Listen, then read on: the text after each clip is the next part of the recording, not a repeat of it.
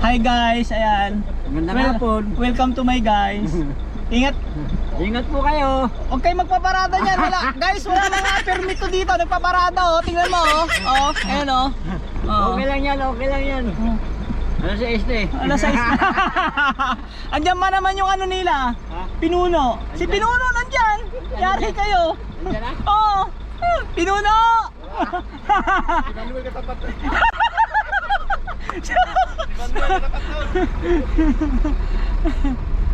Hi guys, ayan, may nakuha tayong double booking dito sa ating Lalamove. Puro credit ito guys kasi ang ating top up ay 24 pesos na lang. Ayan, so kinuha ko credit para para hindi na tayo mag top up. Yun. So double booking to guys. Isang pick up dito sa SNR Boni, tapos pag deliver ko doon sa Rodriguez, may pipick upin ako doon sa may Sikaba. Yun. So in-inform ko naman si client na na paantay-antay na lang kasi may kasabay siyang double booking. Yun. So madilim ba? Ayan, maliwanag naman siguro. So go na tayo sa SNR show. Pick up natin tong ating pick up dito at di-deliver natin sa Ballesteros dito sa may Rodriguez. Yun. So on the way na tayo. Wala naman akong coding ngayon, bukas pa yung coding ko Martes. Ayan, arriba na naman tayo dito sa ating Lalamove 200 kg sedan. Okay, yung Grab Express kasi naghintay ako ng booking. Walang pumapasok na booking. So sayang, tumatakbo yung oras eh. Ang daming booking sa sa Lalamove. Sayang din, makapitas tayo ng pa-utay-utay, di ba? So yun. Okay, balikan ko kayo mamaya mga kagulong and mga kadadas. Alright, thank you so much.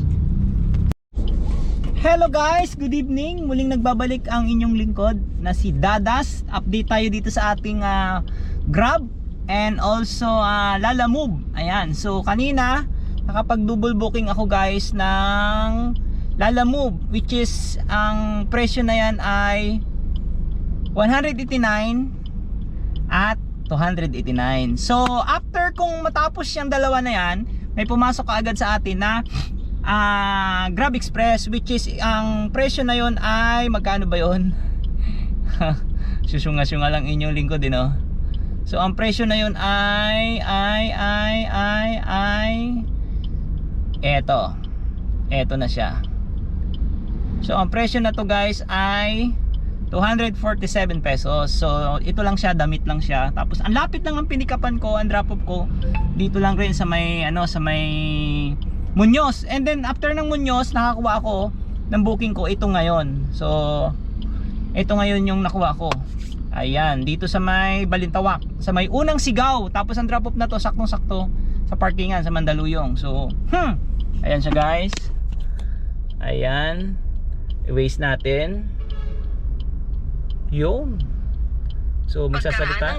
Ayan, 15 kilometers. Lumabas hanggang 1 EDSA, South Entry, Quezon City. Okay.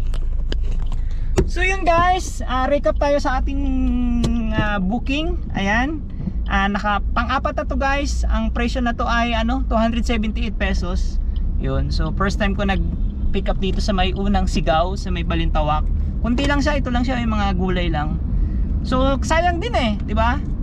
So update ko kayo if ever na may papasukan pa tayo mamaya or hindi na ako kukuha ng booking. So boundary na rin tayo kasi yung credit na nakuha natin kanina is bastante na pang budget natin ngayon at bukas if ever na makabiyahe tayo bukas.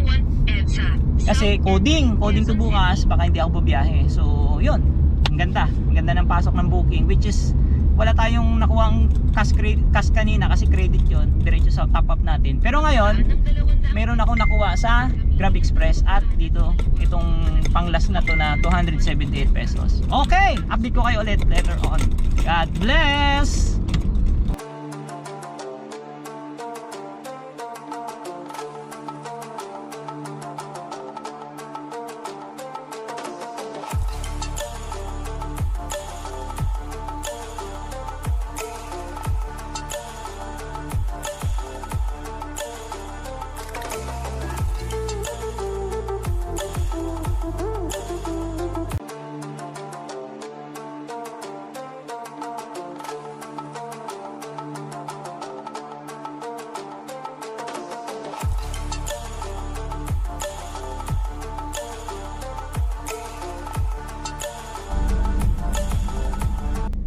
So yun, magandang gabi ulit mga kadadas dito sa ating delivery, sa ating late night extra dito sa ating Grab, at the same time ay Lalamove. Yun. So for tonight vlog, for tonight biyahe natin. At sa awa ng Diyos ay kumita rin tayo ng 1,000 plus. So yung double booking natin, which is 178 and 278. At after ko na yun, may pumasok pa. After ko na yun ay nakakuha pa ako ng booking na 247. So yun yung Grab Express. And then yung last time na natin nakuha ay 278. Yun yung Lalamove. Yun yung pang-apat. So overall, ang total earnings natin ay 1,003. So ngayon, wala akong nakuhang tip, no? Okay lang naman kasi lahat sakto lang talaga. At the same time, parang ang bilis lang ng pangyayari. So anong oras pa lang? Alas 10 pa lang, oh. So yan, alas 10 ng gabi. Yun, kita ba? So yan, alas 10.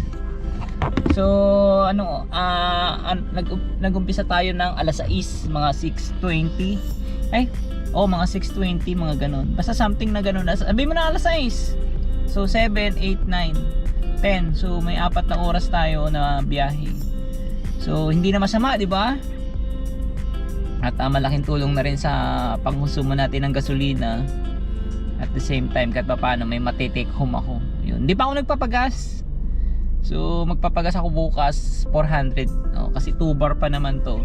So mini-maintain ko talaga na ayan nga, ayaw ko nga mangyari mga ganyan 2 bar eh. Gusto ko yan mga 5 bar, 6 bar, basta tuwing garahe ko ano yan, 5 bar or 6 bar. Pero okay naman kasi bukas pag nagpagas ako ng 400, tapos sasagutin ko pa siya na ay hindi pala makakabiyahe bukas, coding. Pero okay lang, babiyahe ako na, ay papagasan ko na ngayon yan or bukas. So para in the next day meron na siyang stock. Yun. So yun lang, maraming salamat ulit sa ating munting vlog, sa ating mga katropa dyan na nakaantabay at nakasubaybay sa ating munting vlog. Ayun, shoutout sa inyong lahat. At maraming salamat sa mga kapwa ko vlogger, kapwa ko content creator, kapwa ko biyahero na gumagawa ng content. Shoutout sa inyo mga paps, at ingat sa biyahe, no? So dito sa ating platform na Lalamove, at nakakasundo tayo ng Grab Express, okay pa naman, at nakakaraos-raos pa. So in the following month, ito ay pupukusan ko na. Titingnan natin kung maganda talaga yung maayos, kung kaya niyang i-sustain yung ating pangangailangan yung sa ating dito sa ating monthly sa sasakyan, at kung meron akong pasahod sa sarili ko, at the same time meron tayong pang maintenance dito sa ating sasakyan. Siyempre hindi naman puro biyahe ang gagawin natin, di ba? So soon or later maraming pwedeng mangyari. Pwedeng masiraan tayo ng battery, kailangan natin bumili na kasi pa 5 years na tong battery natin, pa 5 years na tong battery ko na hindi pa ako nagpapalit, stock pa to eh.